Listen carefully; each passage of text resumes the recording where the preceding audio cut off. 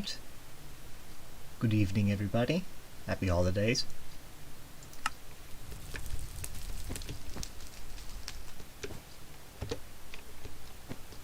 I'm Dirk Piper, and tonight we're going to have a little live stream. I'm going to talk about NSSS, play it myself a little bit. I'm going to talk about plans I have for future updates, what I'm going to do with this channel, other associated things. Just breaking all of the illusions from that waiting screen. Alright. So, let's start up a new world. Let's just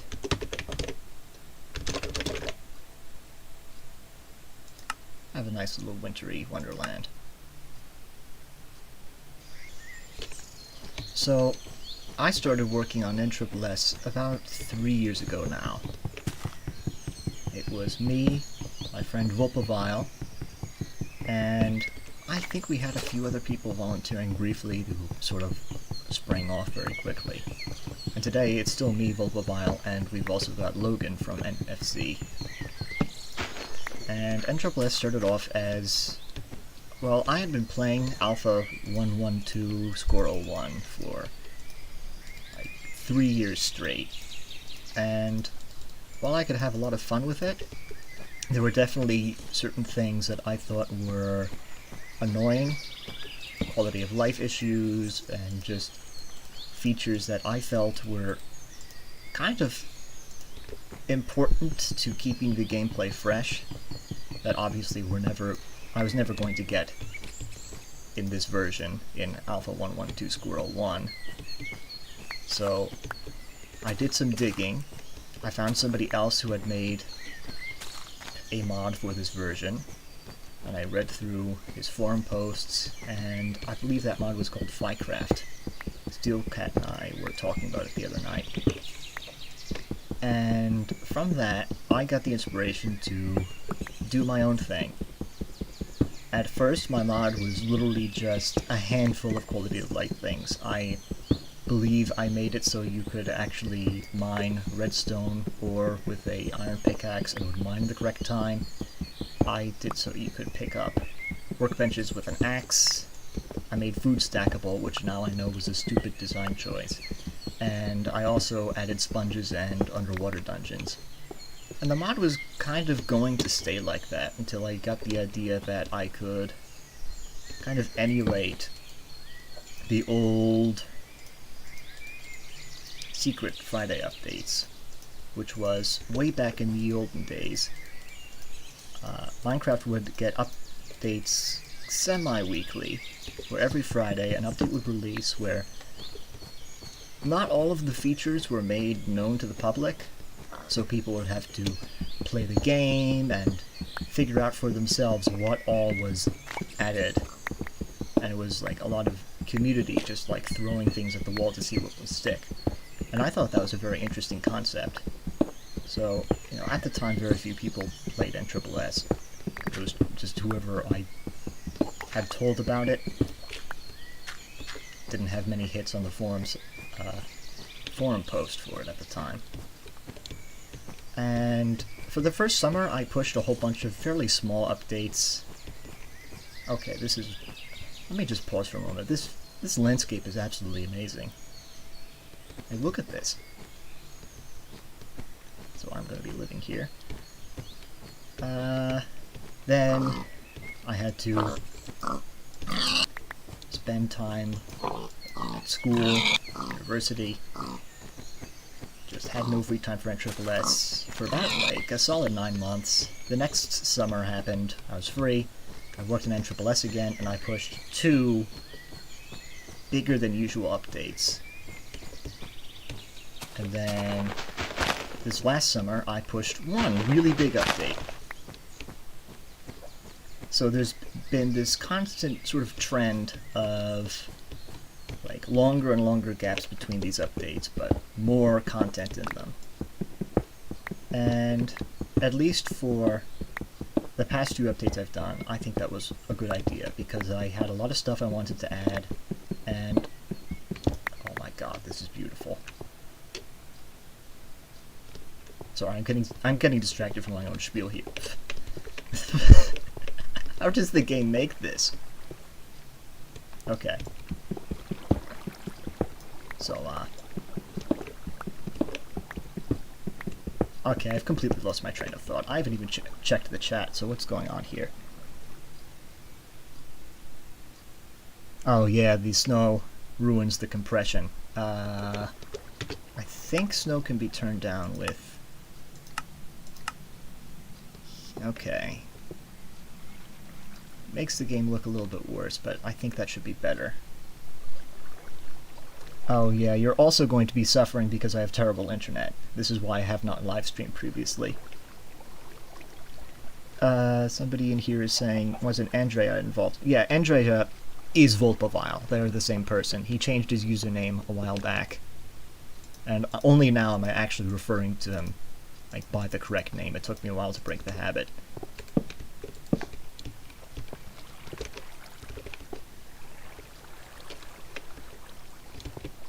What else? Yeah. Okay. So you're going to have to suffer through some bad internet for a little bit. I should probably go mining. Just mark that off.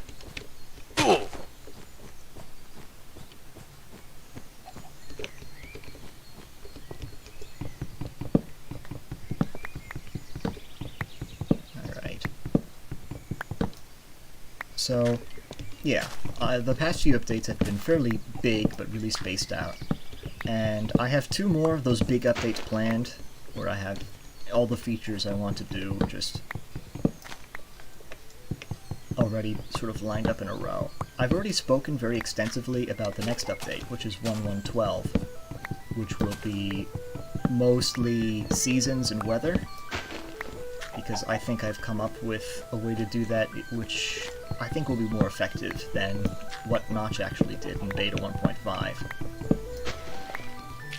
He didn't even do seasons, he just did weather, which in normal Minecraft, weather is something that just affects the entire world at once.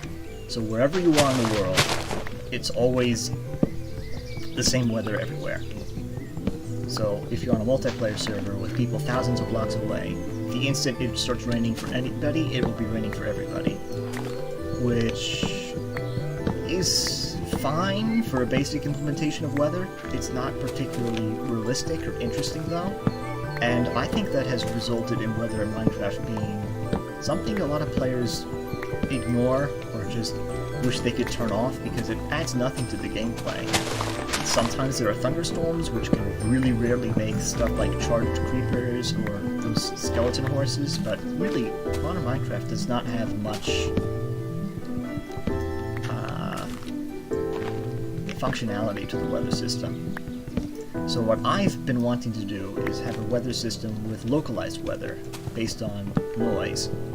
So if you're in a multiplayer server, it could be raining for you, and elsewhere it could be sunny, somewhere else could be experiencing a thunderstorm or a blizzard. Which, for starters, I think that already adds enough complexity to make weather more interesting. I'm also wanting to add seasons to Entropess, which is another thing that was sort of foregone in favor of biomes. And with seasons, I can really... Too many saplings. I'm gonna nerf that. I can really minutely, expand on the core gameplay loops of Minecraft. So, the main loop in Minecraft is you spawn in at the beginning of day, you have nothing on you, so of course you use what daylight you have to gather materials, which is, coal, food, you make a shelter, and when it's nighttime, all these hostile mobs start spawning outside. And you're sort of encouraged subtly. A lot of players don't take up this encouragement, but you're encouraged to go underground. Like I am about to right now, because there's nothing left for you to do on the surface at night. You can't move around, too many hostile mobs. So you're encouraged to just iron.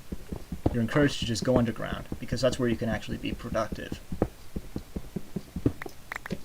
And once you are underground, you know, you end up finding more resources. You get iron and coal, and stone. Maybe on the first night you could even get diamonds, who knows. But, and this is kind of subtle because it doesn't work very well, at some point in the night, because there's a mob cap, or a cap on the number of hostile mobs that can be in the world at any one time, eventually, once daylight comes, and the surface is, you know, lit up and all the mobs up there despawn, they will immediately start spawning in mass in all of the cave systems, which kind of subtly tells the player it's time to stop, you know, hanging out underground and go up back onto the surface, where you, again, you collect the resources on the surface, you do building, you do whatever it is that you want to do.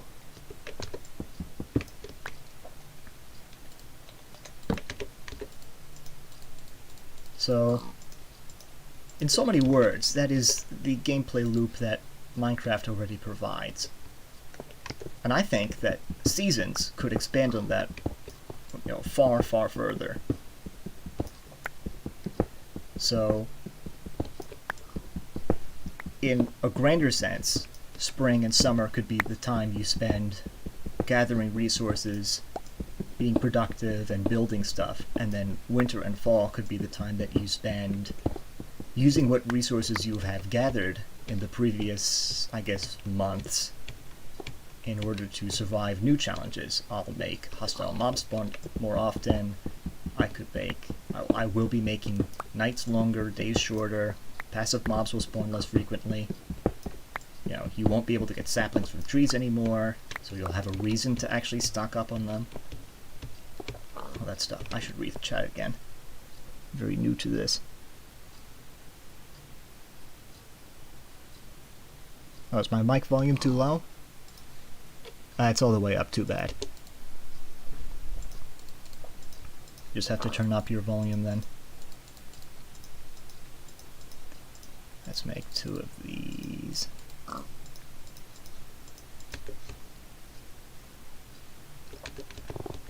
And why not a handful more of these.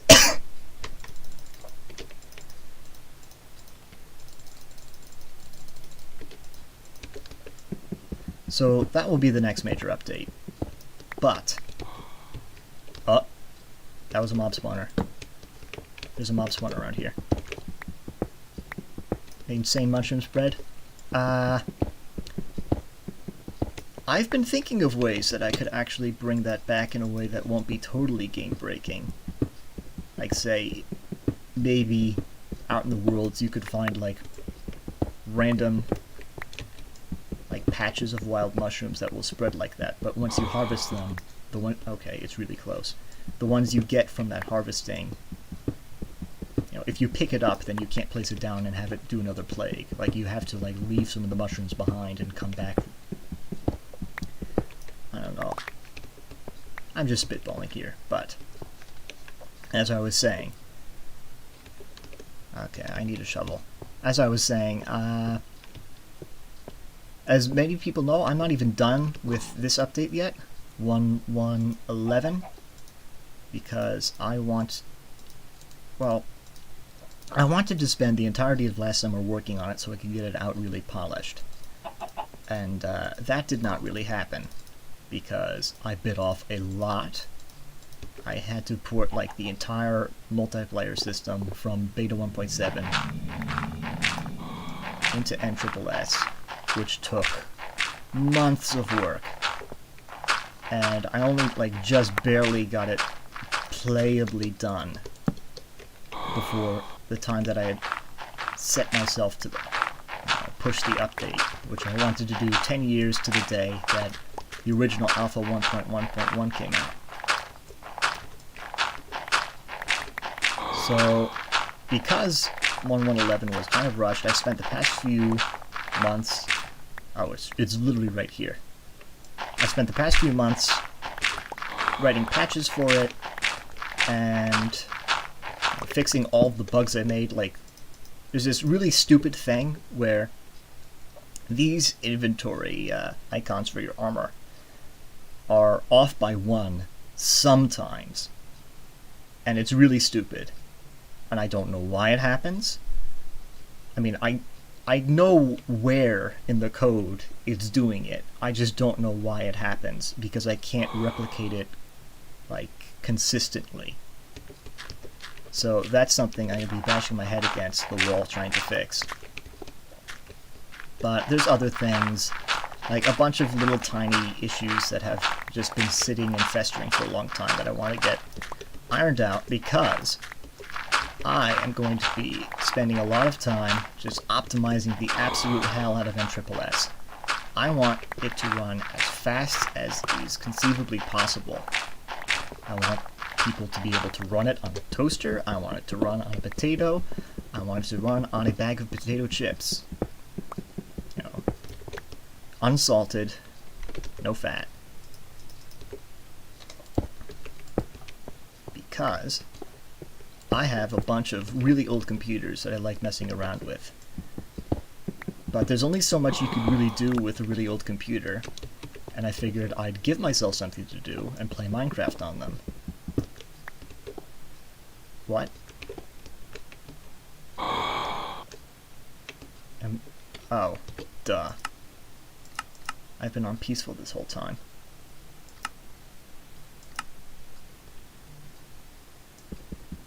No program could ever be optimized enough to run stably on your dad's work laptop. I will try my damnedest to make it so you could play NSSS on your iPhone, like 3. Alright, spider. I guess string is useful, so I can keep this around. Oh, that cave ambience is here. So there must be... I guess I can spoil how the cave ambience works. Cave ambience works based on how many ore around you is exposed to air. So I think the minimum is -4 or so. You can see it moving around like a cave there. There's a 50 by 50 by 50 box around the player, and whenever there are ore exposed to air, there is water exposed to the sky, or there are just leaves, then the numbers corresponding to cave, ocean, and birds respectively will go up. And the higher they are, the louder the ambient sound is. And the benefit of that system is I can just add as many ambient sounds as I like, so long as I come up with a good rubric for determining what the volume should be. Yes, you can use cave ambience as a way to find ore, but it's not directional sound, so you won't know where it is. You just know that there's a lot of it around you. So the idea being that, you know, once you find a brand new cave, it's going to be really loud and really spooky and ominous, and as you slowly mine it out and you get all the ore, then you become more familiar with it and the spooky cave noises go away. Which was almost accidental, but I think it works really well. Let's see the chat. Mobile port. Android, I could actually run NSSS in the native Java. I don't know about iOS. Yes, NSSS runs already very well on Y3 buckets. Oh, and these, which are useless. NSSS already runs very well on Windows 4 buckets. Okay, and more of these. It already runs very well on Windows 98. I use a Windows 98 machine on a Pentium 4 as a regular, like, testing bench for NSSS. Windows 95 compatibility is already forthcoming. I just have to rebuild LWJGL. But there's like a whole bunch of platforms I want to expand NSSS to. So those optimization fixes are going to be like, yeah, 95 compatibilities. It's compatible with 98 already, I think, so long as you have kernel X. There is no kernel X equivalent for 95. And the big thing stopping it from working on 95 already is that LWJGL needs proper Unicode support, which Windows 95 didn't really have. But Microsoft released a special .dil, which is a direct link library, which basically gives other programs access to, pre-written code, so they don't have to do it themselves. And there's a special direct link library called Unicows, which, despite the stupid name, is very useful and allows you to use Unicode on Windows 98, Windows 95, Windows ME. So if I just make a custom version of LWJGL with Unicows, then it could run conceivably on Windows 95. So where is this cave? Okay, the water is coming from down there. I don't think it could run on Commodore 64. I don't think you can actually even, display, just piped-in video of NSSS on the 64. Okay, it's getting... I hear lava, I hear spiders, this is... Okay. Pardon me. Yeah, I'm very close to a cave. It's actually up a little bit.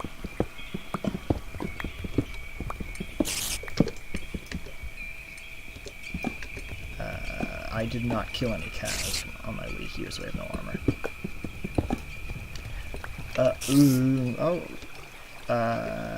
One moment. Pardon me. I should have a sword.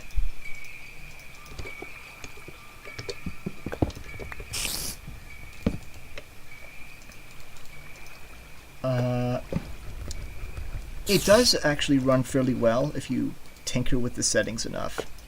On a Radeon 9500, which was like a middle of the road or low end graphics card from 2000, I think only 64 megabytes of VRAM, I get fairly consistently in the upper 40s on just short render distance and fancy graphics.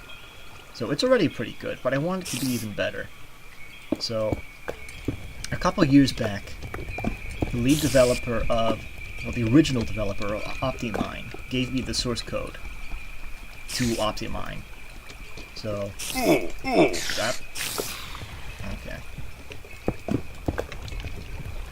I'm going to be incorporating what okay, that was just stupid on my part. I'm going to be incorporating from what I can from that mod to try and speed up NSSS a little bit. It's not going to be, super, but it'll be much better. So, I've been autopiloting my way through all of this gameplay. I play this game way too much. Oh, that's, okay.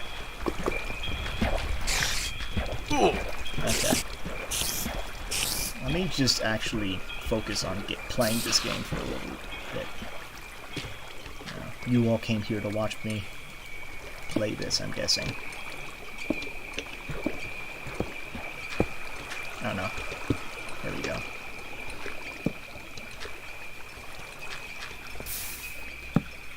Okay, so this is absolute Swiss cheese. So, I guess that just makes for a better viewing experience. 3.1 port. It could run on NT 3.5.1, which, it's not actual 3.1. It's a different kernel, but it's the same UI. Because Roblox runs on that somehow. Let's see here.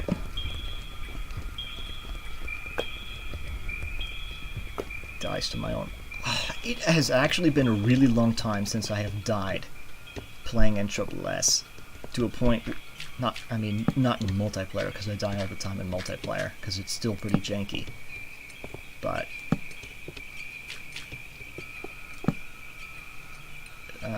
why are there no mobs down here?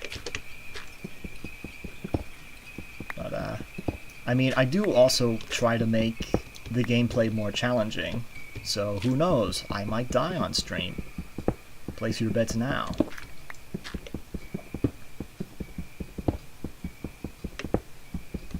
Yes, sometimes I kill myself intentionally on multiplayer just to, you know, remind myself what all of the death messages I added were. Because I added a bunch for some, like, fairly strange conditions. I think there's a specific one if a player beats you to death with their bare hands, as opposed to killing you with just a weapon or something. Okay. One thing about the cobwebs is that it makes it a little bit easier to, like, gauge distances in unlit caves. Because it's something, like, nice and bright that gives you contrast. There's some coal ore up there. This was a nothing. Alright.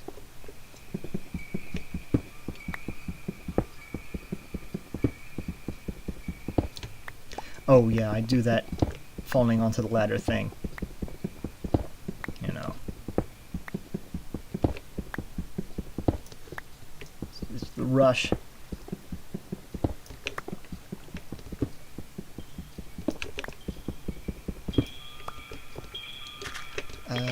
You know what, about now, it's probably daylight, so I'm gonna see about heading back upstairs and murdering some bovines for their leather. Because there's also lava down here, and I would like some fire resistance.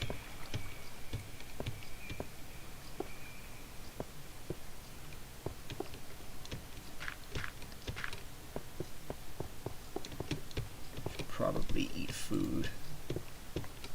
I know, whenever I'm watching Gyration or Steelcat play MSSS, I'm constantly, like, screaming at the monitor to eat something, like an Italian grandma. Eat, eat! Because they have no stamina. Alright, cow. Any other cows? Do I really have to go mountain climbing for that cow? It's probably not going to drop anything. But I am going to go mountaineering and get this. Oop.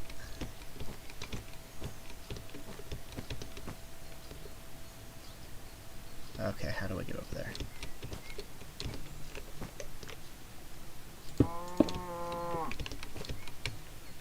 Okay, that wasn't so hard. No. 2 leather. Okay. Where are your family?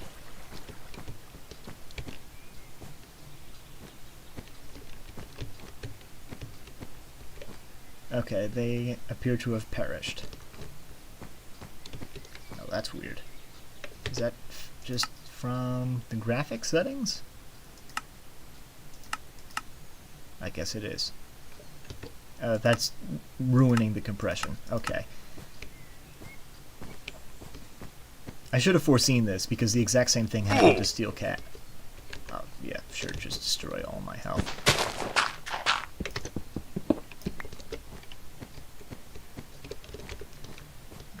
Okay, actually, I just take the waterfall.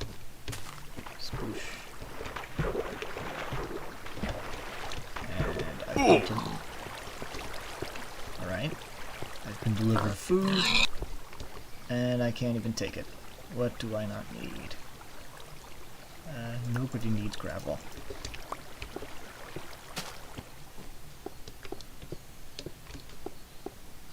I could use some more coal. Years of mining and Pocket Edition before they didn't add caves? How long did that take? I have like no frame of reference for Pocket Edition because I never played it.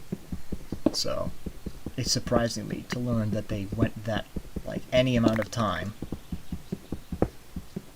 before adding caves. That's pretty weird.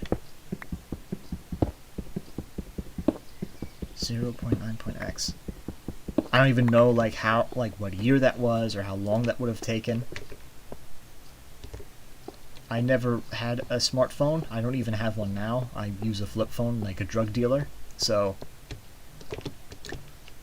never got into Pocket Edition. Pocket Edition.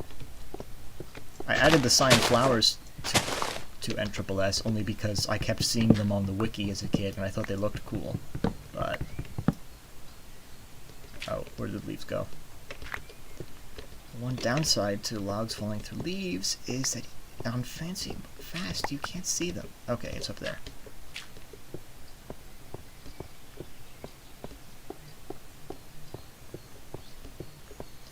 I've been thinking about finite worlds, especially with my upcoming optimization fascination.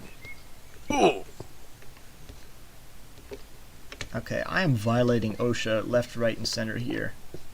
I need to get some protective gear.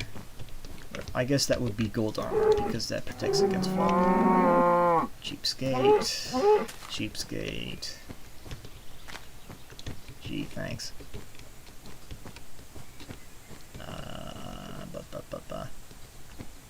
Something I promised years ago for NSSS was the ability to import worlds from InDev, and I still haven't done that, even though, like, I have the code for it, like, lying around somewhere. I just never got around to it. Like, I literally added, there's an entire world generation type called 2D Perlin, which is added exclusively because it matches up with InDev's world generation. So I could have a user, like, import their old finite InDev world, and it will generate, you know, all the terrain around it using the same seed, so it matches. Okay, so I squandered this daylight. But no matter, for I have more flesh to consume. 256 high world. Yeah, that was another thing, because InDev had worlds, a world type called Deep, where the world height was 256 blocks, which is another thing that I've said I want to add to NSSS. Maybe that will come after the next two big updates I'm working on.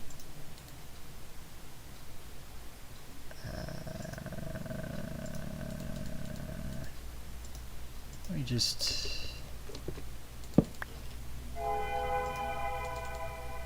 train whistle. Why am I building a chest when I'm in a dungeon and there are chests right next to me?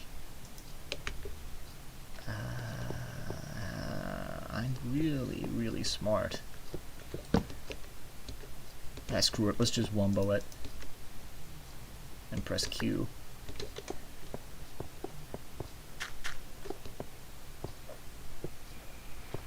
InDev island generation. I do actually like the vibe of the islands in InDev. I might find some way to do islands. It wouldn't be that hard. Okay, there's mobs abound. Okay, yeah, nope, not bothering.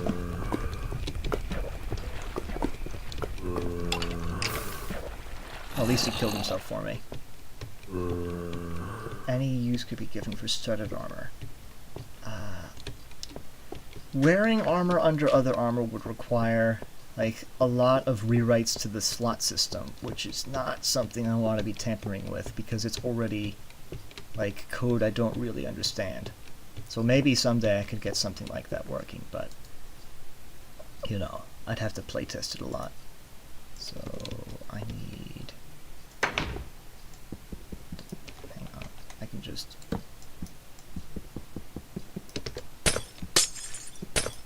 and 1, 2, and 3.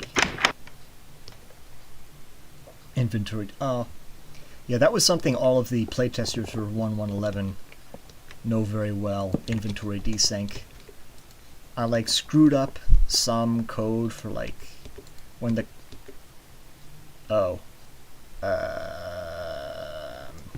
you didn't see that. I screwed up some code for like when the client and the server are supposed to agree on each other about whether or not you have just opened your inventory screen.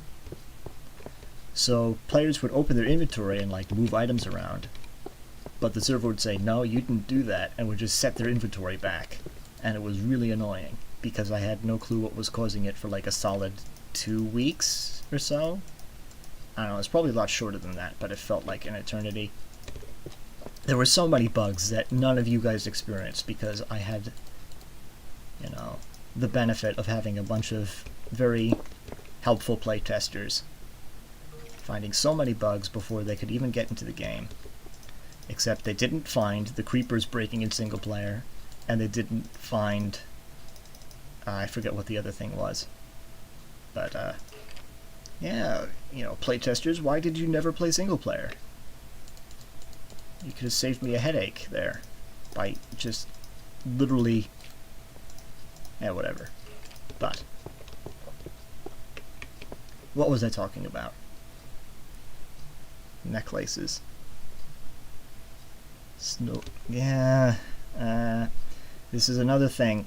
I had to transfer over, like, a bunch of background code for inventory GUIs from beta 1.7.3 to, like, alpha, and I still don't entirely understand how it works. So this is a bug that is completely elusive to me. I have no idea why it happens, but it just does. My skin is something I made when I was 11, and I just opened up, like, the Steve skin with the paint bucket and just painted everything in the 2 default shades of MS Paint Gray. I don't know, I think my idea was, like, Steve, like, being dipped in silver or something. I don't know, I was 11. 11-year-olds, they're weird. Alright, let's throw a snowball at a zombie.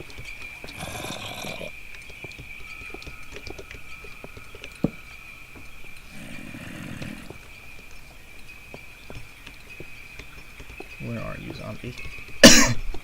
Pardon me.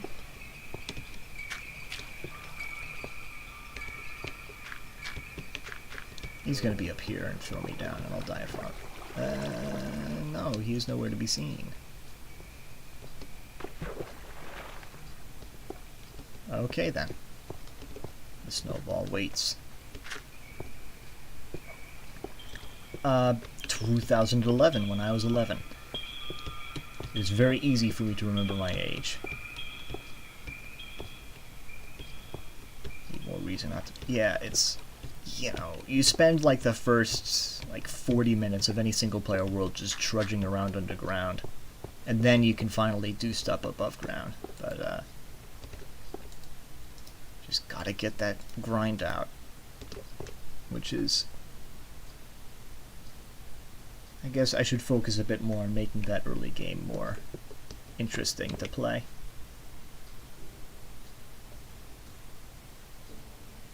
Yeah. I mean, for a while I wanted to actually do a mod of InDev with a bunch of ideas that I've already developed on an NSSS, but, like, other thing, because InDev is missing a lot of mechanics that were later added to Alpha and has different equivalents. So the water system is entirely different, and InDev has this pretty neat idea where water is finite. So it will slowly fill up basins, it will drain out of other basins, and I think it's a neat idea. It's really janky, but I still think it's cool. Yes, year of 2000.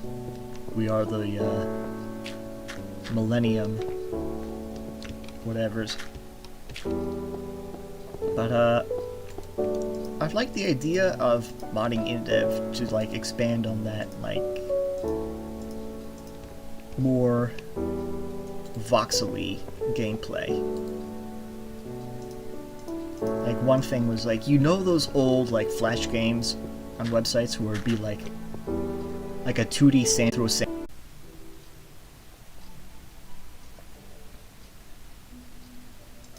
Okay, so I don't know what I just did. I don't know if it's gonna work. Okay, good. Good. Okay.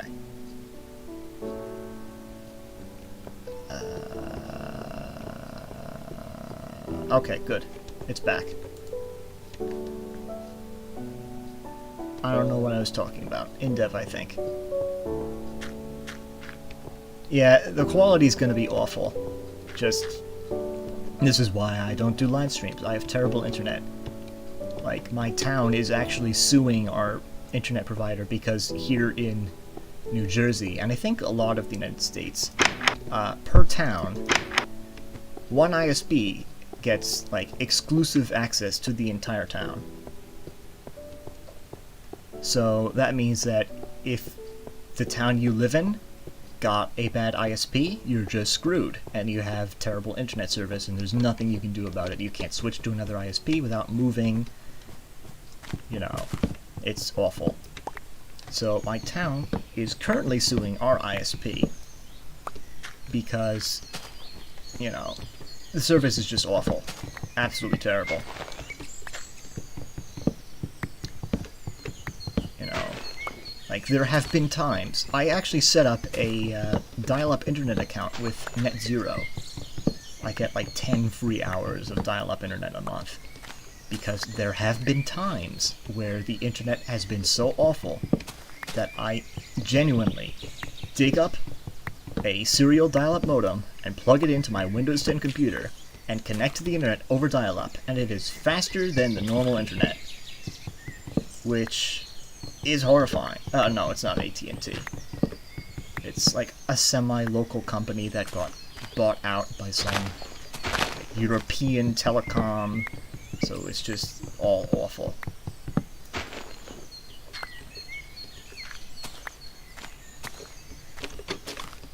Thought I saw something. Where are the cows at? Apple. Or just a really big cherry. Where are the cows? I only have 2 leather. Where are the cows? I mean, I could just make full iron armor. But where are the cows?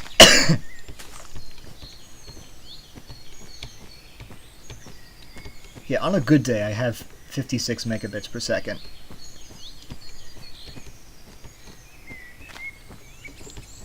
Okay. What is OBS telling me? Yeah, OBS says that I'm sending 1.4 megabits per second. So, and it claims that that's very good. So I have no frame of reference.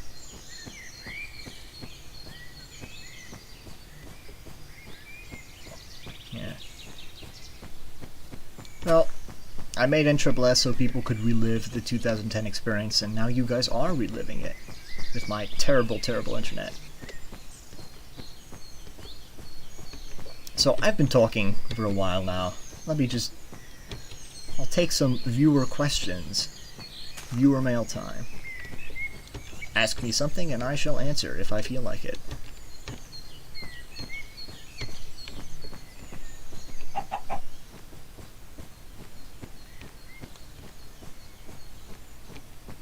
don't even know where I'm going.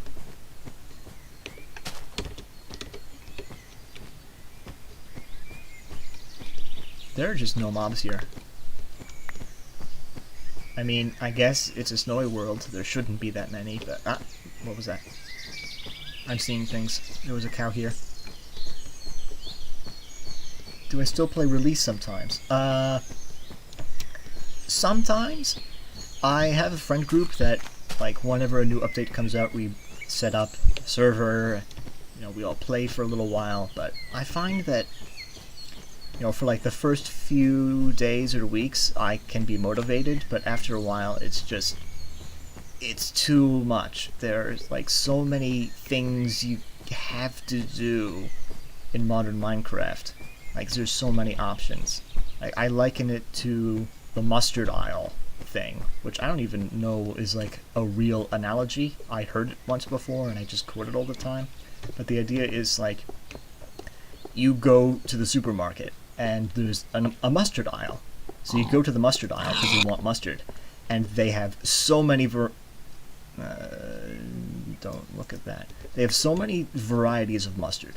They have Dijon mustard. They have stone ground mustard. They have blue mustard. They have every kind of mustard from every brand conceivable. Every mustard you could possibly want in the entire world. You know, every option. The world is your oyster. Just every mustard you could possibly ever imagine is in that aisle. Which mustard do you get?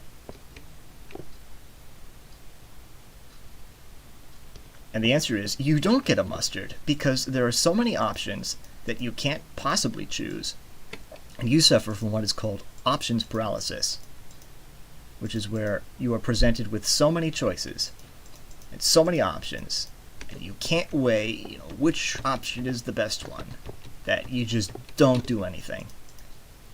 which I experience all the time in modern Minecraft, and I don't want to experience it, which is why I like alpha so much, because there's nothing you can do. You know, you have a very narrow range of possibilities, and somehow that makes me more creative. I have, like, more motivation to actually do stuff when there isn't that much I can do. Adding any bosses excluding the giant. I've considered it. Adding a new mob to my NSSS is something that is way down on the bottom of my priorities list, because I've already tried to balance the mobs that are in the game currently, and there are some that I'm not happy with, like, you know, zombies. Like, I get they're supposed to be, like, the generic hostile mob, the catch-all, but, like, I don't feel happy with them.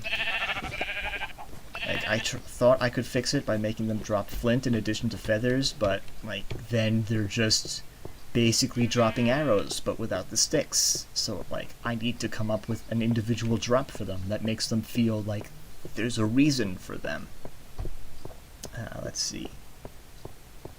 So, it will be a long time before I'm confident enough to add a boss monster to NSSS. Let's see. Do I have a favorite old school FPS? Like Doom, even 3D, or Quake? Maybe Quake? I like Half-Life, which I know is a lot later than those, but, you know, I've been playing through Half-Life on that same Windows 98 computer, and it is really fun. I've played some of the original Quake, but, like, I haven't played Quake single player. I got Quake so I could play Quake Team Fortress, because I'm a massive Team Fortress fan. That was one. Well, just... Okay, let's see. Slugs? Maybe. Half-Life is great. Duck. Add a duck to NSSS. Now there's an idea. There's a man thinking with both halves of his brain. Ducks. I mean, everybody used to call chickens ducks back in the day, even though they made obvious chicken noises and ducks don't have waddles. But maybe ducks. I don't know. What are some modern things you've been able to run on Windows 98? Discord, kind of. And I think the newest browser you can run is like Opera 12. I've never been able to get YouTube to work on YouTube. You could do it up until, I think, like 3 years ago, but, like, I've never gotten it working, which is a shame. Entity Duck. Discord. Yeah, like, I think through, like, remote desktop I just forwarded Discord into the computer, but at some point I found there was something somebody had posted on GitHub, which was like a proxy server between the Discord protocol and IRC. So I could use an IRC client to connect to Discord servers and just chat with people, which I actually did for a while, and it was pretty neat to be able to use Discord, basically, on a really old computer. Splatoon 2. I don't have Splatoon. Okay. So I know Steelcat and the rest of the Decennium gang has been, you know... okay. But that was like a reasonable amount of time. The sheep have like too short of a timer for the wool regrowing. But these guys seem like they're actually being timely about it. I don't know. Maybe they're just doing it because I'm looking. Ripcord. Sadly, Ripcord can't work on Windows 98 because they only develop it as a 64-bit application, which I think is stupid. Actually, let's throw the snowball at the cow. And I undershot that. But, yeah, Ripcord can't run on 98, which is, I think, ridiculous because, like, it would be the perfect client. It's already really lightweight, it looks the part. These are not steroid sheep. Maybe they're on herbal supplements. You know, they're into homeopathy. So it's just not as effective as the power of medicine made in some mobile home. Okay, this guy is steroids. I punched him and it immediately grew back. So, there you have it. Okay, here we go, here we go. Now we're getting my money's worth. Windows 10 to the beta build to Windows 7. Yeah, the instant I saw Windows 11 come out, I instantly knew that we were getting a Vista again. It's like, it's the same thing. It's a previous version of Windows that had lasted for a while and was really popular, and they release a new version with rounded corners and like glass UI, and they have a bunch of like really restrictive minimum system requirements. It's like they didn't learn anything. I mean, I guess they kind of learned it, because the problem with Vista was that they weren't strict enough with the hardware requirements, that people kept buying computers that claimed they were Vista compatible, and they just weren't. So they got awful experiences with Vista. But I think they're going too far in the opposite direction. They should have actually tried to optimize Windows 11 instead of just saying, oh, our code runs like crap, so you need a really powerful computer to handle how crappy our code is. Don't use beta operating systems or Windows. Yeah. I mean, I think there's like, if you uninstall, like forcibly uninstall Microsoft Edge from Windows 11, then the UI just reverts to Windows 10. Because it's literally just Windows 10 with CSS. And there's also like the screensaver for like the 3D text, like that old like Windows classic screensaver with like the rotating 3D text with like the glossy mirror look. If you try to turn that on Windows 11, it just says Windows 10. They didn't even bother to update it. So, yeah, fairly lazy release from Microsoft. Entire month when my default browser kept sending to Edge. Yeah. Okay, I see some shrooms down there. I don't know, is that... am I at lava level? Yeah, that is lava level. Okay, so I'm near diamonds. Pardon me. I'm also near that guy. Just gonna let him mind his business. So, let's see here. Why do they keep trying to promote Edge? Literally nobody uses it. I don't know. Because Microsoft, like, had that whole monopoly... No. No. No. No, thank you. Can I get him to shoot the creeper? No. No, we're out of order. Iron. Like, back in the 90s and early 2000s, there was this whole thing because Microsoft basically, like, forced themselves to have a monopoly on web browsers because they ship Internet Explorer with Windows and nobody would bother to install another one. So I think they're just trying to get back, like, the same, or, like, even approaching the same market share they used to have in the browser space, which they never will because now Google is doing what Microsoft did. Like, even worse than what Microsoft did, somehow, which is almost impressive if it isn't for the fact that it's, like, basically evil. 5 apples, so 1, 2.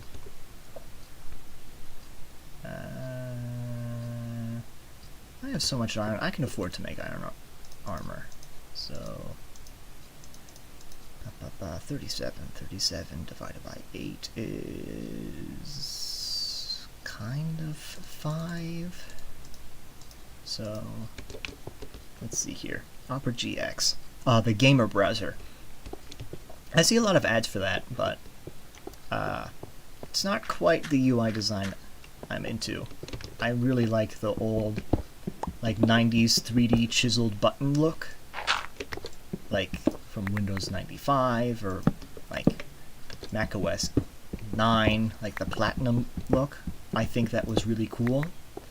and I'm just so used to it now that like I can navigate interfaces like that just like so easily. It's like everything looks the way it should look. Buttons look like buttons.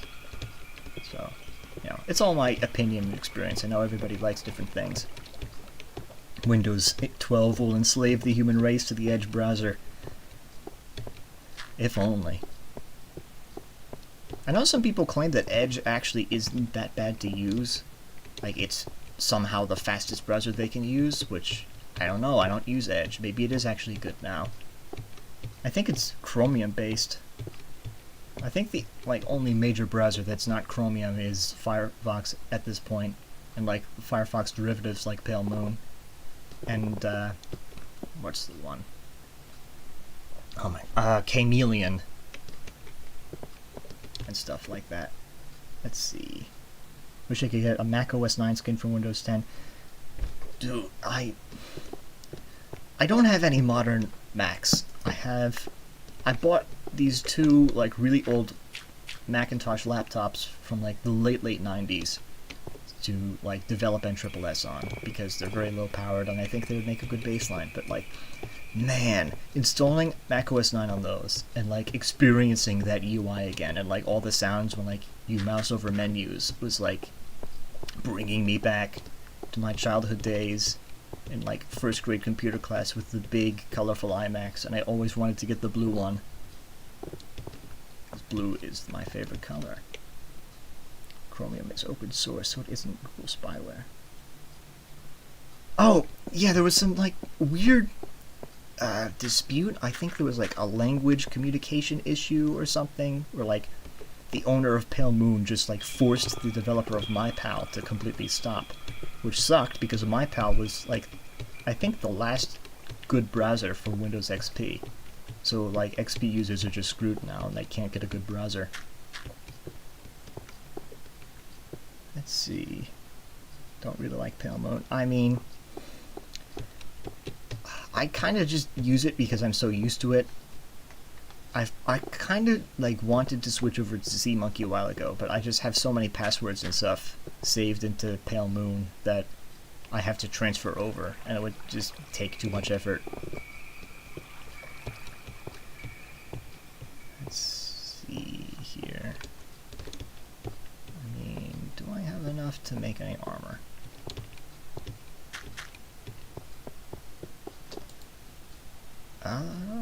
Yeah, actually, that's enough for a whole suit. So,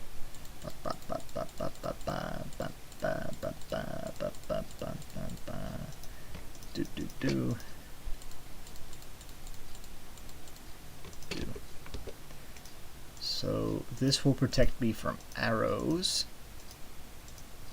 Oh, right, yeah, I should, will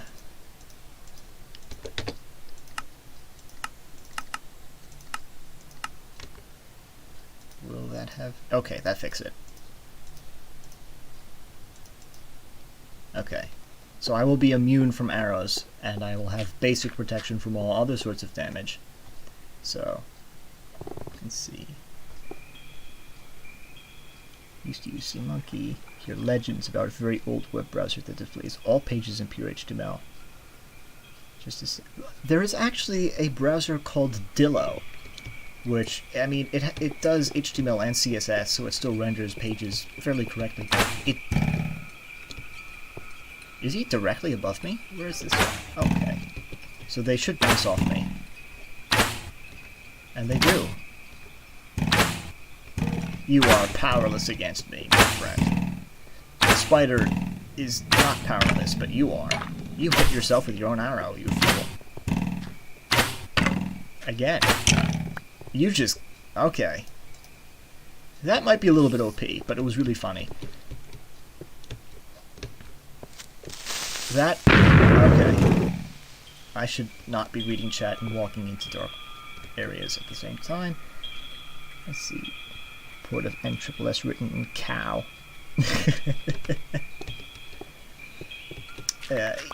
Isolangs. I mean, I've written programs in brainfuck before, but I don't think I would go that far. Maybe chicken.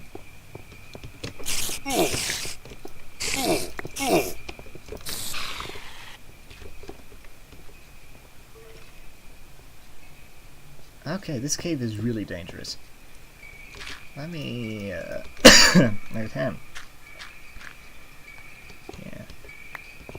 I mean, it is really cool how the arrows bounce off of you. I just think perhaps they shouldn't just do 0 damage. So. Where is this? I'll just ignore him for now. I guess it's not totally OP, because with iron armor you can only ignore skeletons. You are still vulnerable to, like, zombies and spiders and creepers. And even with full diamond armor, you're still vulnerable to creepers and, you know, fire and stuff. So there is no, like, one armor type that beats them all. But who knows? Alright, let me make some better tools then. That's 4 more. It's not enough. Throw all of these in there. I have enough cobble. You know what? I'll get like the one tick of fire.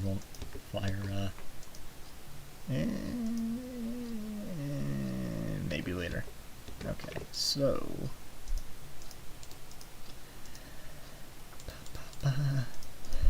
make 2 of these.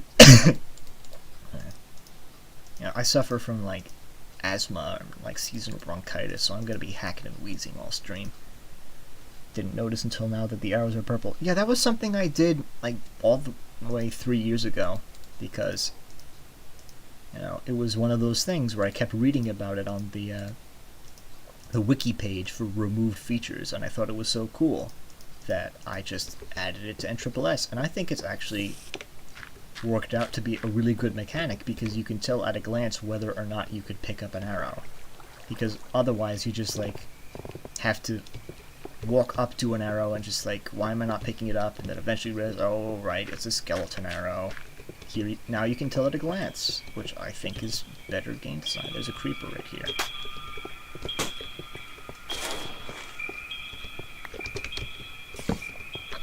Again. Let's see. NSSS Enderman. Not gonna be adding Enderman to NSSS. I know Fycraft added them to like Alpha 1.2.6, and I think they actually worked pretty well there, but I don't know how well they would work in this kind of alpha. Nothing here.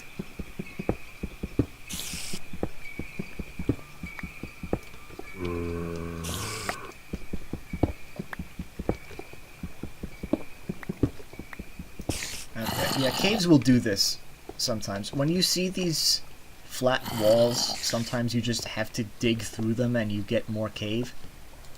This was just something that happened back then. Yeah, you can see catty corner through this flat wall. There was another cave there. Somebody told me how to fix that. I need to find that, like, DM again. Like, there's some value that gets flipped backwards. Okay.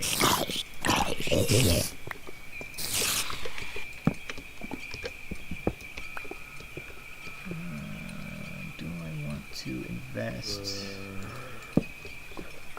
copper? I could use some copper. Back. Ooh, wait, can I get him to?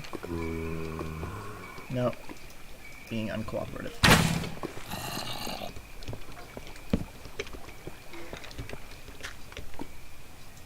Yeah, let me just craft some torches in full view of hostile mobs.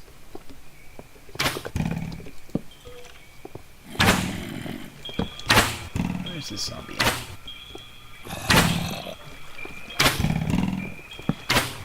Stupid water texture that does not work correctly. What? I'd never seen that before. The arrow got stuck on my head. Okay. Die. Let's see. Used brick for all the walls. NFC. I played NFC for a little bit, and while I thought a lot of the things they were doing were actually pretty cool. Oh, he's gonna shoot the creeper. Is he gonna shoot the creeper? Come on. Come on, you can do it. Okay, he's not gonna shoot the creeper. Up. Almost. Come on, can I line it up? I'm not even gonna use a disc out of this. I just wanna... Alright.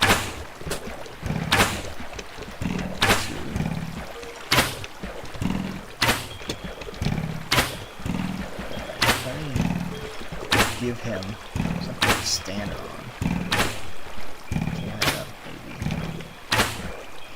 He just is fighting that current way too much. Hey!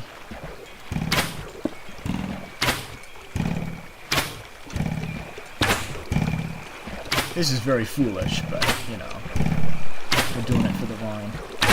Okay. You can do it. Hi.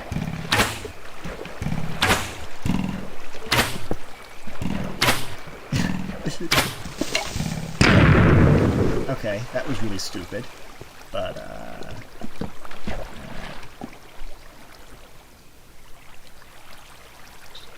I think it's different slab types.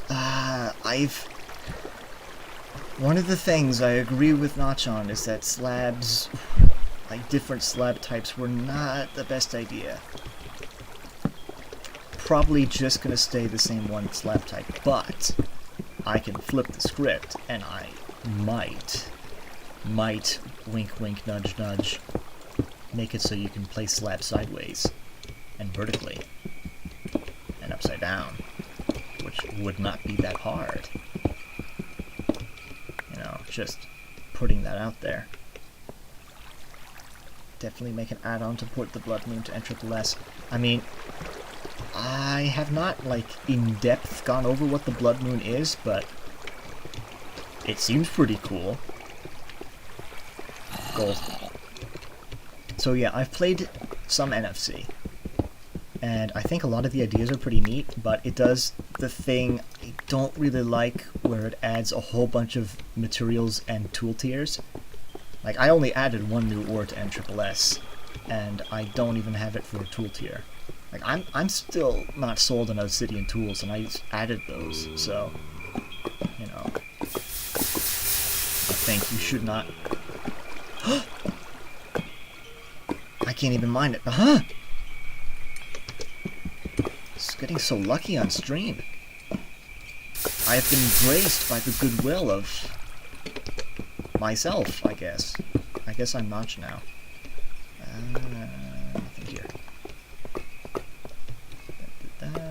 Nothing here. Just cutting the tiers in half. Okay. See, that's another thing I like. Being bold and admitting that you did something wrong. Like what I did with stacked foods. I did that out of laziness because I didn't like having to constantly swap them out of furnaces. And only later did I realize that it is a really stupid idea.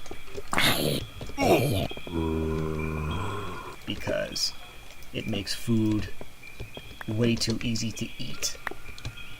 Because you need inventory management to balance out the fact that it instantly heals you.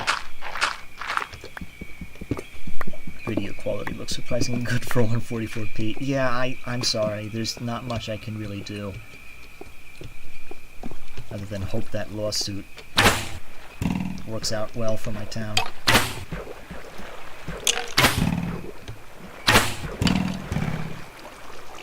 Let's do that.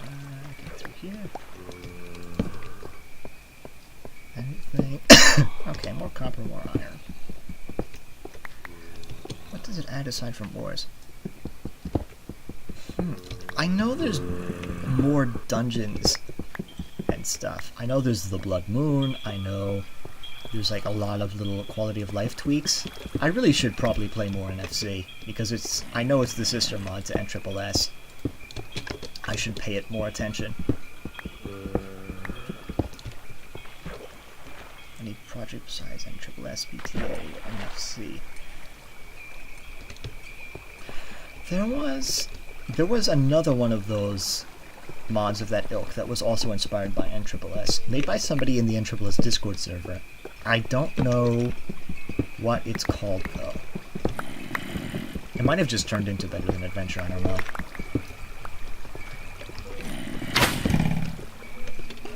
It does make me feel very strange seeing NSSS suddenly be successful and popular after like a good 2 years of like every time I googled it to see what people were saying, no results.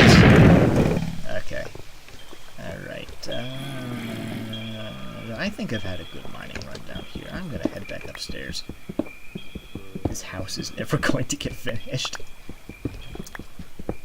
Yeah, I think I have enough stuff for now. I don't need diamonds at the moment, but I will need them for that. So, where did I even come from? I came from up here. Over here. Up here. I have not been placing my torches on the wall like a good little boy. Okay, I know where I am. Just... Okay. There we go. Tinkered in Unity.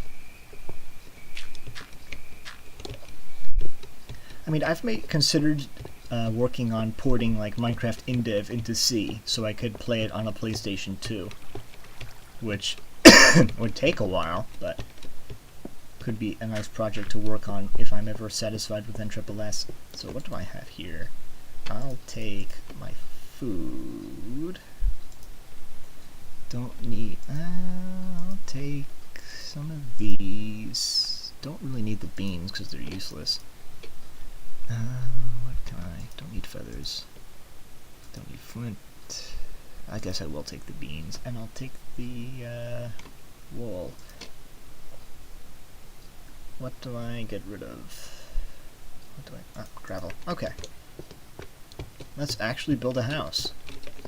It is nighttime. Any advice? I really want to do in-depth thing. That's some cool shit. It's a lot easier now than it was when I first started out because there are projects like Retro MCP that actually have working mappings and obfuscation and decompiling for old versions of Minecraft. Because when I started NSSS, all there was the original version of NCP for Alpha 112 Squirrel 1, and it was awful. Like, most of the code of NSSS, well, not most anymore, I say 40% of the code in NSSS is still, like, obfuscated, like, random jumbles of, like, letters and numbers, names for variables and functions, and I'm still sorting through the code and figuring out how it all works. Other strange unused code bits, like... There was one thing I found in NSSS, which was there was an unused pressure plate type, which was associated with, like, stone pressure plates only activate for mobs, wooden activates for all entities. There was a third type that only activated for players, so I just added that in the most recent update as iron pressure plates.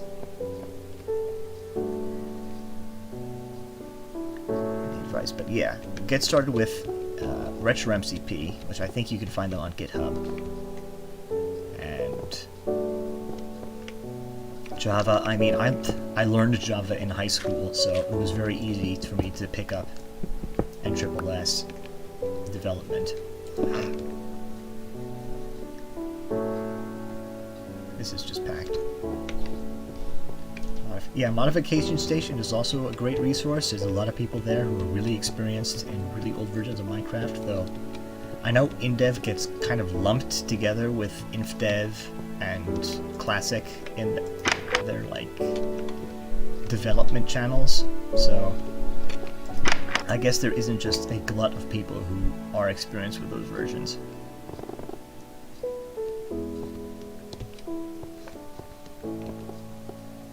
What up? I could take the mossy cobble from here, but I have no room.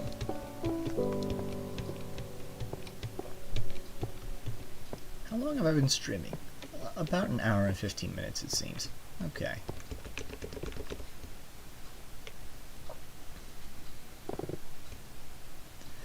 You know what might make it more bearable on 144p if I actually increase the GUI scale. There we go. Now you can actually read it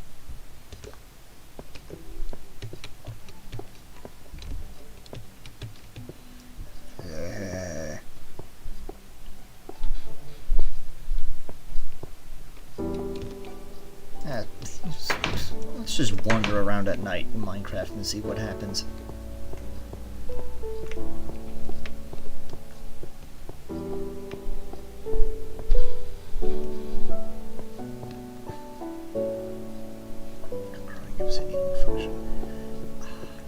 I don't know. I mean, Jeb has claimed that he was going to add crying obsidian until he just added beds instead. Like, I think beds were originally intended to just be a way to skip the night, and they just rolled the spawn setting mechanic into it and just gave up on crying obsidian, which I've said many times in the past. I don't like beds. I don't like, you know, all that stuff I said in the beginning of the stream about how there's this core gameplay loop and how, you know, night encourages you to do certain things and day encourages you to do certain other things, and beds just completely break that. I don't like beds. But I like being able to set your spawn. I think that's really important. In, like, you have an infinite world, you know, players are going to want to explore, but they're punished for exploring because if they die, they're, like, they respawn 10 miles away from their base. So I added crying obsidian because setting your spawn is just too useful to not have, even though I refuse to add beds. Let's see. What time of day? That might be sunrise soon. I couldn't see the moon at night.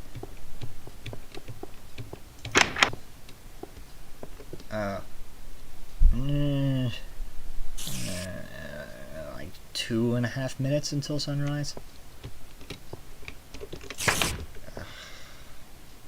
I don't want to go back down because I just came back up and committed myself to actually building something on the surface.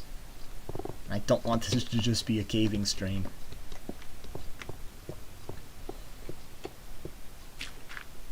The bed update. You know, if you sneak beds into the NSSS source code, like for an April Fool's Day joke, I will not be very happy.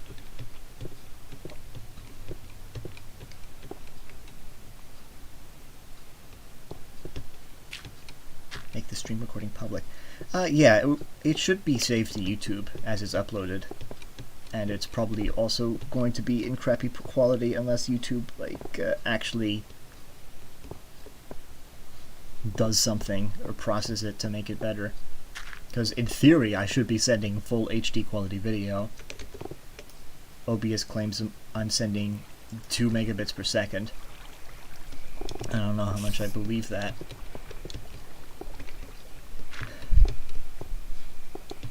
Could also just be the fact that I'm using Wi-Fi on a desktop computer. That is a lot of mushrooms.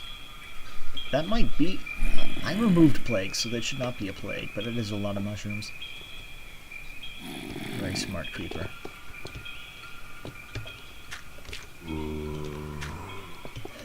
YouTube auto-convert...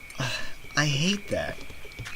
You know, there are certain things where emoticons are just the superior means to try and send, like, a tone in a message online, and emojis just can't do it the same. I can't stand autoconversion from emojis, from emoticons to emojis.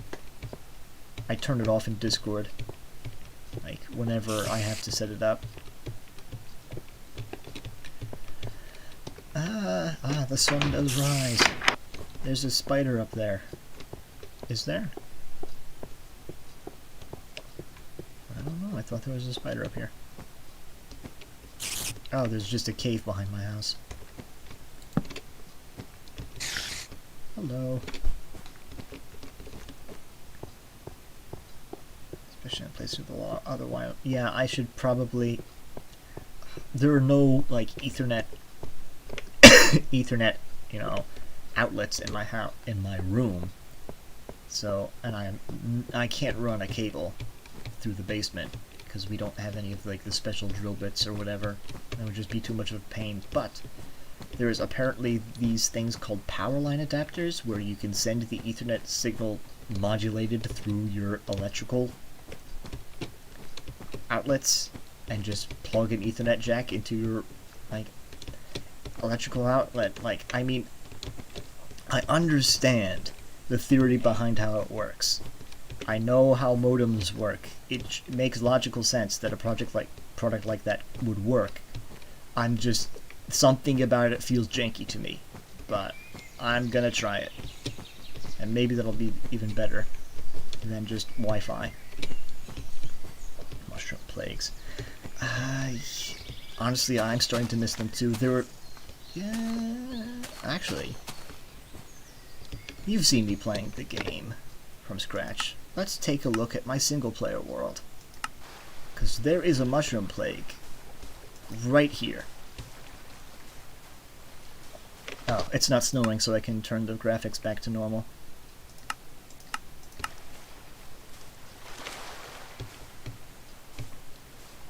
Gigabit power. I mean, from somebody who normally gets like 100 to 200 megabits per second, if I'm lucky, then 700 to 800 megabits would be much, much better. So, okay, you gotta understand, I had to remove these things because they just made Mushroom Stew way too overpowered. But even still, I mean, look at this. It's a sight to behold, and it's like, it is a really cool accidental mechanic. And if I can find a way to make it not overpowered, I will add them back in. Bird noises in the world. Yeah, it's... I mean, in some respect, I think it meshes well with that sort of alpha jankiness. Like the fact that in Winter Worlds, all the foliage is still bright green anyways. But, in the next update, when I add Seasons of Weather, I will be adding more ambient loops. So, that will sound better. Bird noises are really loud. Blessed by shrooms, yes. I mean, the bird noises are the ones that C418 himself, like, selected, or I guess he made the loop for these. So they were always intended for Minecraft, and he is very talented at sound design, so he just did a good job. Same with the ocean loops and the cave loops. They all work really well at setting the mood that they set out to make. So I have... the only loop that I made myself was when you're underwater and you hear the muffled water sounds.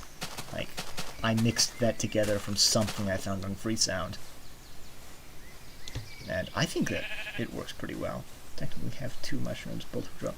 Yeah, that was what I was talking about earlier. So there could be like a special kind of mushroom which can generate plagues and spawns naturally. But if you break it, then you get the kind that will, you know, spread normally and make the special plague mushrooms spawn really rarely. So if you find a plague, you have to preserve one of the original mushrooms, and it can keep generating new plagues. So I'm here. You can hear the ocean loop, and if I go underwater, you hear the underwater loop. Which, I mean, the effect I think works really well.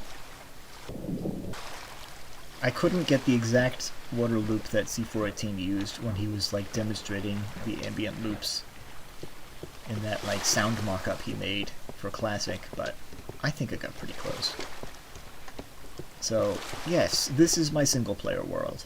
I've been playing on this world since, oh god, 2014? So it's very old. And I have done many things. There are obviously projects I'm not done with, like this minecart railway that's supposed to go, like, where's my render distance? Yeah, it's supposed to go, like, I have some outpost way out there, and I want to connect it to it by rail. Basic tree farm, really crappy. Missed the early part of the stream. Yeah, I mean, you'll be able to go back and watch the VOD at the end. This automatic boat dispenser, which I'm still really impressed by. Yep, just pops a boat right out. And I can ride it around, as one does. Yep, a nether port. Yeah, you can tell I originally was making this world on 1.1.2, like vanilla alpha, and I was going to update to the Halloween update at some point, but I decided that I didn't really care about the nether. And I liked the radioactive green grass, so I just stayed. And NSSS happened, so it was just there as a reminder of the future that did not happen. Let's see here. And there's this sugarcane farm, because I needed bookcases for my base, and it just works so well. I'm so happy with how sponges work with redstone. I threw that code together in like 20 minutes, and it's probably like one of my favorite additions to NSSS.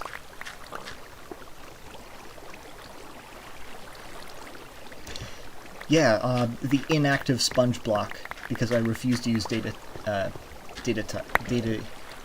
damage values for block types, is the same as netherrack in modern Minecraft. So there was, I think, a mod for 1.1.10 where you could join beta servers with NSSS, and the nether would just be made entirely out of sponge. The sponge connection. I did actually want to add dimensions to NSSS in the beginning. Like, I had this idea for like a sky dimension called Valhalla, and if you found like a magic bean in a dungeon chest, you could grow it, and it build a magic bean sprout that you climb up into the sky, and you know, and that's where giants would be, because the whole idea was you'd have giants in the floating dimension. But then I decided I don't like dimensions that much as a concept, and now they're just a world type. SpongeBob. Okay. So this is, I guess, the main foyer of the base. If you remember the old forum post, this was the screenshot that was taken.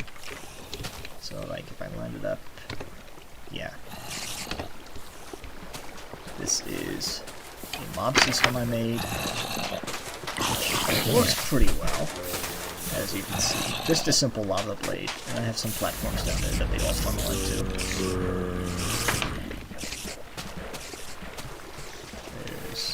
I also have, there's a cactus farm up there, and all the drops get piped in through water tunnel, like water tubes, and it all comes through common output.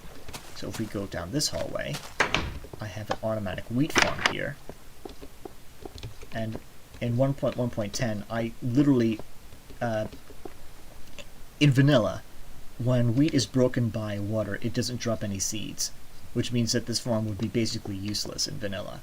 So I built this entire farm, not knowing that you couldn't get seeds from wheat broken by water, and then I tried it and I got no seeds back, and I was so angry that I, like, rage modded NSSS to make wheat drop seeds when it's broken by water, just to make this farm work. So that's how that feature got in. You know, they say, like, don't go to the supermarket when you're hungry. Don't mod, well, I mean, it's a fine feature, but, you know, modding Minecraft just because you're angry at it could potentially produce unfavorable results.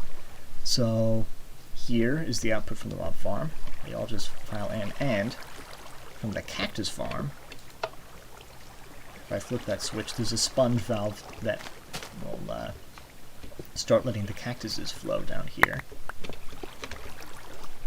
And eventually, a cactus will appear here. Yep, there they are. I have the lever because I have, like, a triple chest full of cacti and nothing to do with them. What was that? Oh no. Oh no. Oh no. Okay. We're, okay, that bug is reminding me that I need to fix it. Okay. You guys get to watch me fix whatever this is on stream. Where are they even going? Are they all down here?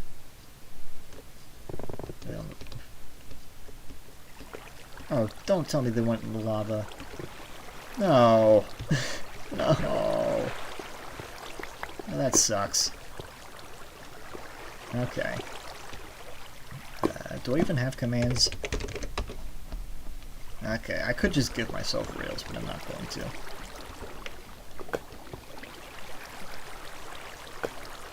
So, yeah, that's... Okay. Well, anyways, here's my underground tree farm, where I put all of the blocks one block too low, so these trees will never actually grow until I decide to actually move them all up one. But I won't because I'm lazy. Cheese mod. For a while I was going to add cheese to NSSS to make milk useful, but then somebody suggested to have milk replenish stamina, and I think that is just a much better idea. Because there's enough food in the game as is right now. There's nothing here. I'm just walking down an empty hallway. Cheese mod. There aren't many mods out there for Alpha 1.1.2. I guess because for so long the modding tools for it were just really bad and janky, and nobody had the patience to deal with them. I was just ridiculously determined. NFC has cheese. I mean, if you don't have a stamina system, I think cheese is a perfectly fine addition. Gives milk a use.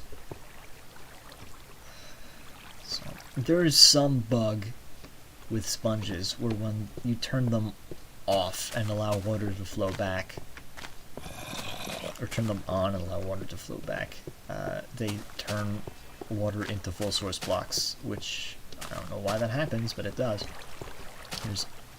I made all of these Wumbo chests in vanilla before I even added like UI support for them in NSSS, so I just lived with the jank for several years. Here's the cactus chest. Okay, it's not as many as I thought. Stone. Stone. More stone. Dirt. I think I used a bunch of dirt on something. Nice if cows and chickens drop food. The issue is there's so many foods already in alpha. Like, there's like 7, which I know doesn't seem like that much, but I have to like keep them in balance so no one food becomes more useful than any other, or like too useful compared to other foods. Plus, you know, cows already drop leather. I guess chickens could drop a food because feathers aren't that useful in the end. Quivers, I will add a use to you someday. Food chest. You can see there's still some stacked pork chops and really high stacked apples from older updates. Just iron and stuff.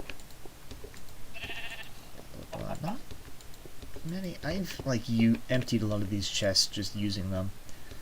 Yeah, all of my nearly worn down diamond picks, in case I ever decide to add weapon repairs to NSSS. Alpha Sprint to NFC. I mean, I am very satisfied with how I ended up running to work in NSSS. The whole stamina system, especially now that there's like that little UI thing with the health bar, I think I'm very proud with it. Let's see, Sky and everything gets tinted red. Spoiling all the secret features. Well, this is developer commentary, so this is me talking about all of this. Though I will not be spoiling the future secrets. I spoke about seasons, which I have already made public. The update after that, I'm gonna be more tight-lipped about that. I've vaguely revealed some things I want to work on, like mine carts and gears and stuff, but the actual implementations and like what all that is going to be is left as a secret for you all to find out whenever I release that update in 7 years.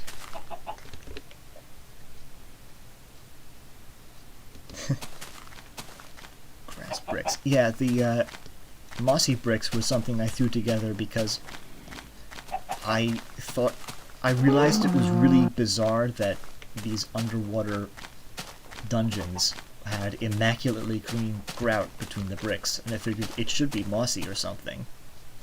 So I drew up an original texture, which was really, really ugly. But, like, the moss looked like Christmas garland, so all the playtesters called them Christmas bricks. And eventually I changed it to basically just use the grass texture, but the Christmas brick name stuck.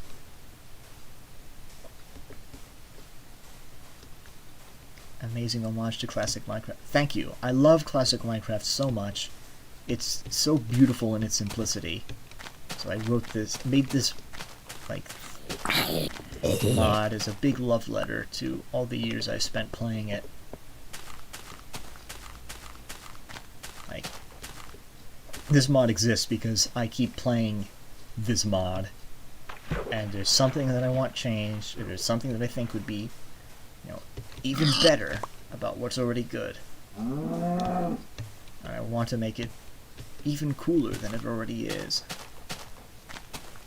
Yeah, now that I probably have like a full stack of leather somewhere. I'm just killing cows because, you know, the urge compels us.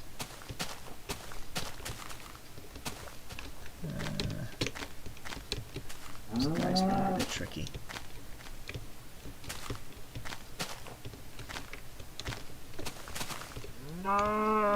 It has actually been a while since I played NSSS in survival because I'm usually just constantly messing around in creative worlds just to test out features. So, I guess I should probably be doing this more often. Trapdoors and NSSS. I mean, I could. I don't see anything wrong with them. I would definitely make them use the more modern placement logic where you can do the bottom half of the block and the top half, and also have them be free floating, because that just makes them way more useful. But yeah, trapdoors is something I could add to NSSS. I have no qualms with that. What else do I have?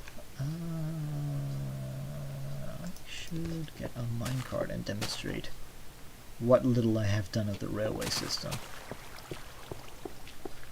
So, those are here.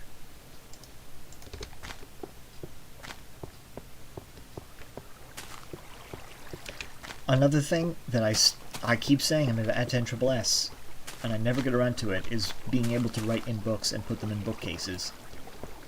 It will happen someday, I promise. So many things will happen someday, I promise, but I do promise, someday I will add that.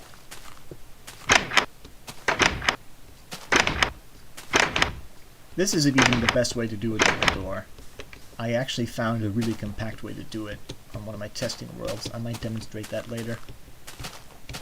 Adding a native model, yes.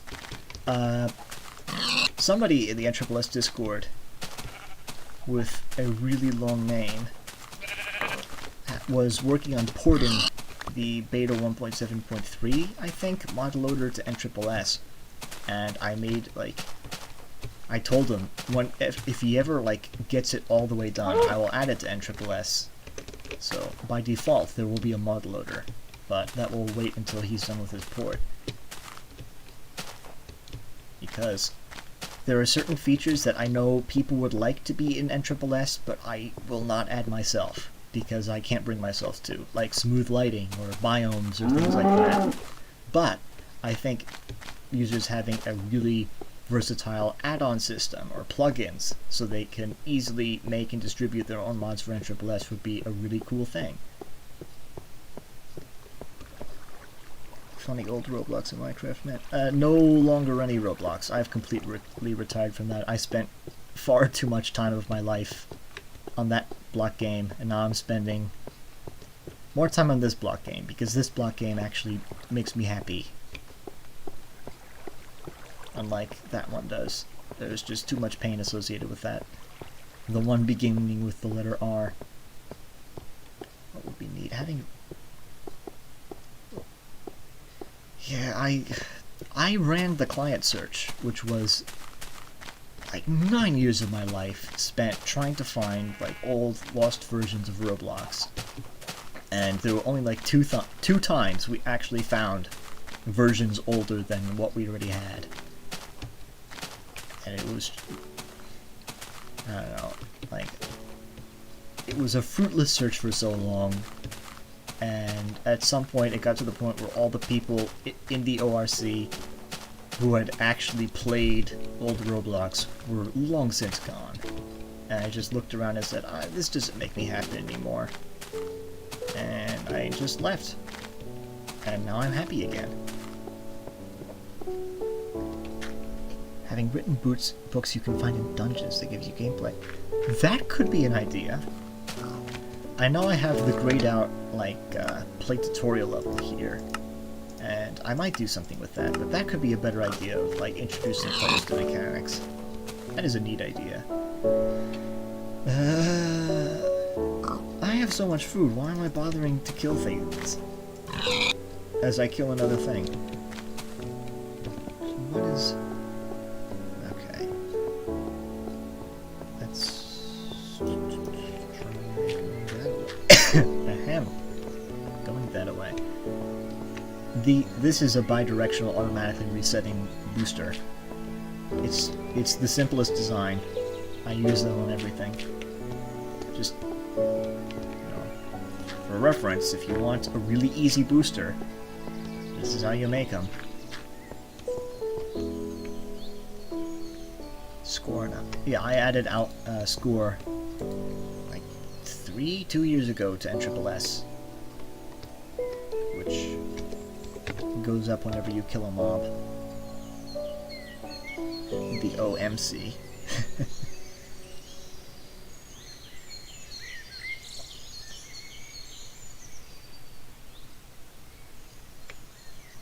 And I didn't even finish this. Oh. I forgot that was even a bug. Alright, well, we can look at this house here. And we're nearing up on the 2-hour mark, so I'll probably cut off in like 15 minutes. And... okay. This was the original first house I built, before I realized that I actually preferred to be by the coast. But, Venom did some Let's Play years ago, where he was going through all the different versions of Minecraft. And he built houses like this, and I figured, oh, that's a neat design for a house, and I just ripped it off for a while. And, this was the world where I realized that I prefer to live in caves and underground.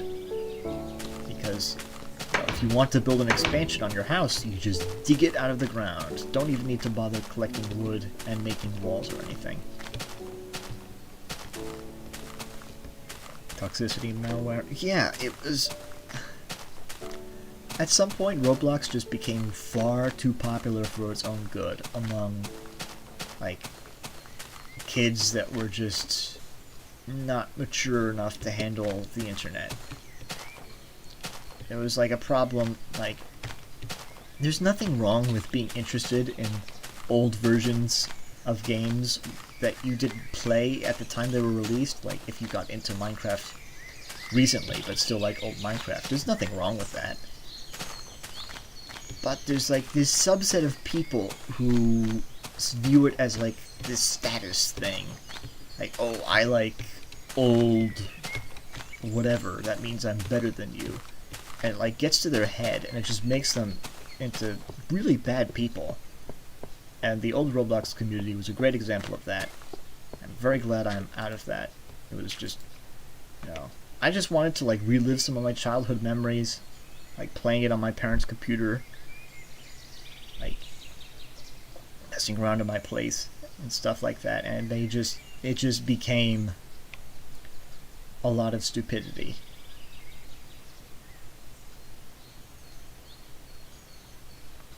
Okay, this is really calming.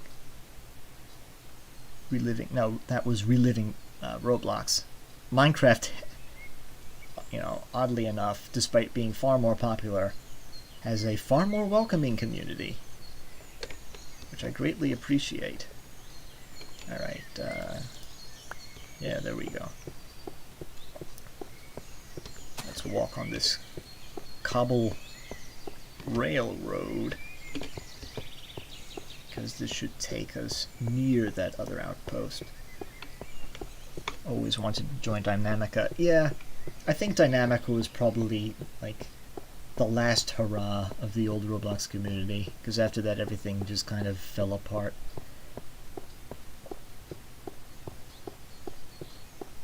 And Venom video. Oh yeah, Reliving Minecraft was the series, I'm pretty sure. But I'm still mad that he didn't actually touch on InfDev, which is why when I found Steelcat's series, where he did the same concept but better, it was like catharsis for me, that somebody was finally actually doing the video series concept correctly.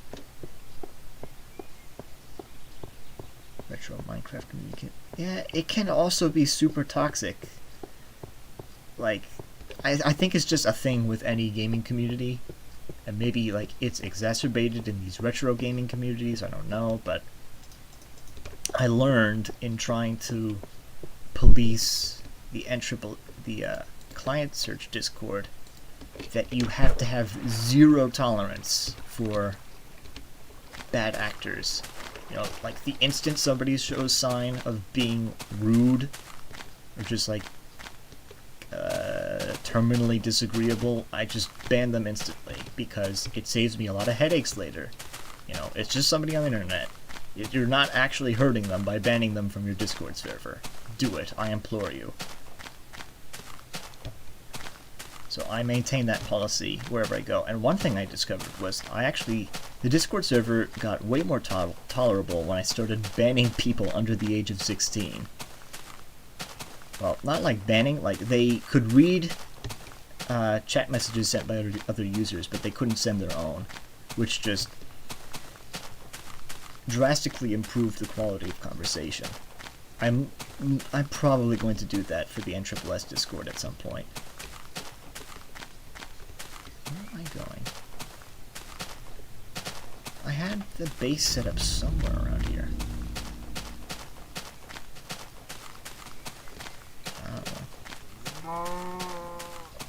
Yeah, I'm definitely ban happy, you know. I don't have enough time to just, or patience to, you know, try and argue with somebody over the internet, which is already, like, the worst place to have a discussion is over text, where there's no body language or, you know, cues from the tone you're speaking in, and it's just, you know, if you're gonna come into this, you know, text chat service and just make a mess, get out. I'm not bothering with you. The Euro way. I mean, I'd probably make exceptions for people who are already in and have proven that they aren't, like, they are capable of holding conversations. It's just, I found it as kind of like a general rule of thumb, like 80% or so of people under the age of 16 just somehow, there's some like switch in their brain, they can't hold conversation on the internet. I don't know what it is.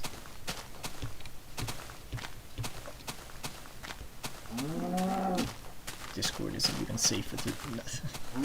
No, like most of the internet is not.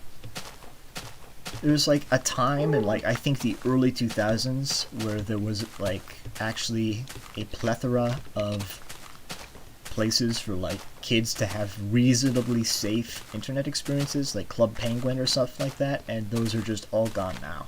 So all the kids get pushed out onto the rest of the internet with everybody else, and it's a mess, because kids and adults just can't mix in the same social spaces without horrible things happening.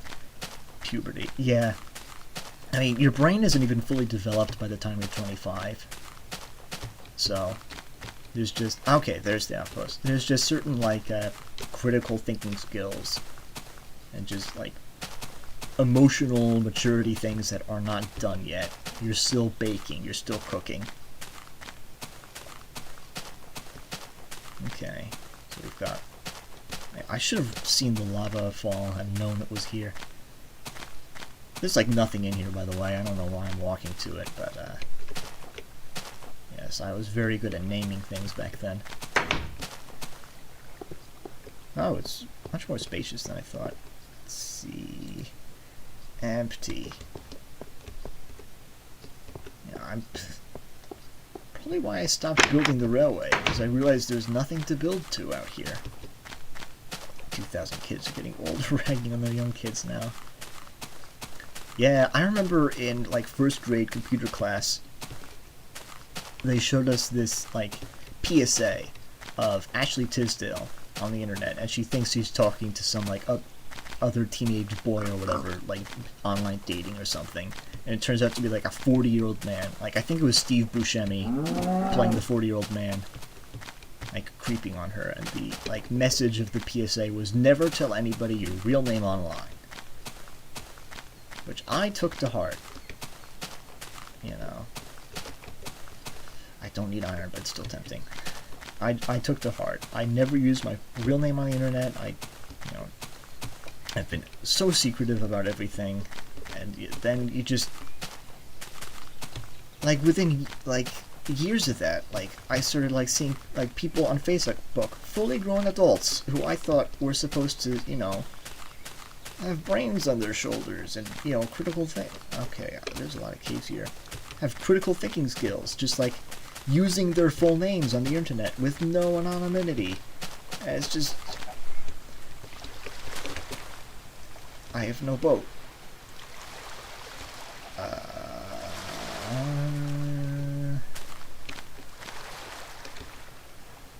Do I? Oh, you know what I do have though?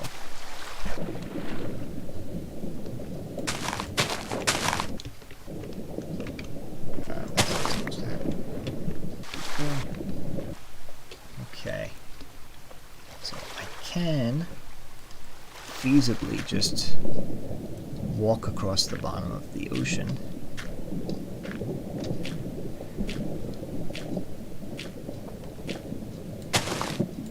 This is going to look awful for everybody watching the stream, but you just have to live with it for a little bit. So... Okay, this ridge goes that way. You know, even underwater, you still have to place sugarcane, like, on a block that's next to water. But, I mean, the fact that you can place it underwater at all... Okay, so we're getting close to the ship.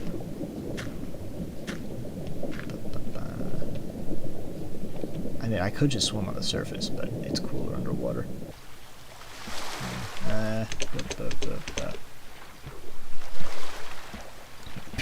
Acne. I didn't have acne that much when I was a teenager. I get flare-ups now, but that was like the one thing that did not curse me in puberty. Have to go now. Yeah, stream will probably be wrapping up once I get back to the base. Place cactus and water and snow moment. Yeah, that's not a bug that I'm gonna fix, because it's just too useful. It's alpha jank. Okay. Population 1. Alright, so I'll probably end off the stream right here in front of this house. So, thank you all for joining me.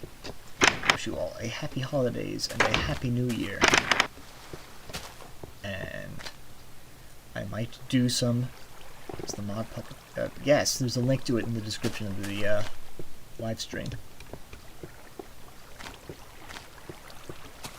So, I might do other live streams if I ever get my internet sorted out. I might do videos or commentary. I'm definitely going to do a developer's commentary series that's more professionally edited for NSSS at some point. But that will wait. Thank you all for joining me. I hope you found it useful. Thanks, and have fun.